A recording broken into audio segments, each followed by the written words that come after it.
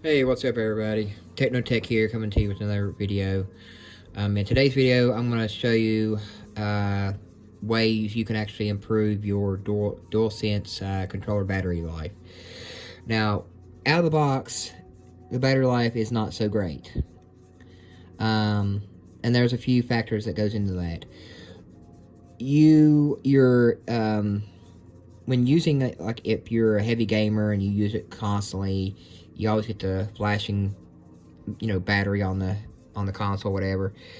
Also, you need to take into consideration, maybe switch some of these settings to improve it. Maybe it may not help for you, but for me it did. So what you need to do is go to your settings. I already advanced here so I can show you. Go to your sound settings, and these settings right here, I'm going to show you. These are all my settings. Mute, switch to mute, and that's for all of those. Now, once you do that, also mute your microphone on the controller. There in the settings, you can turn the microphone off in the settings. And once you do all that, then you go back out of here, go to accessories, go to controller,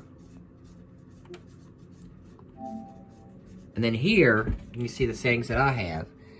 You have, for the intensity, lower your intensity for your trigger effects, like your haptic feedbacks, do them to medium.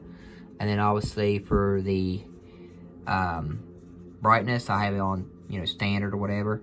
And then do all that, do all that, do all that. But yeah, and then you just take down the intensity of your haptic feedbacks. And if you don't want to use the light bar function, just turn it all the way off completely or dim it. And also, if you want to go even further, you can just turn your haptic feedback off altogether and just, save you some more battery life.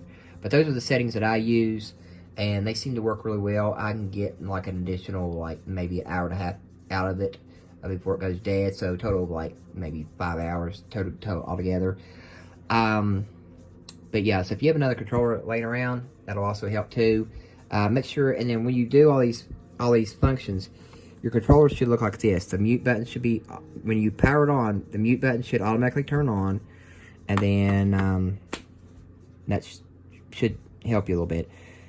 But yeah, like that's what you should really do.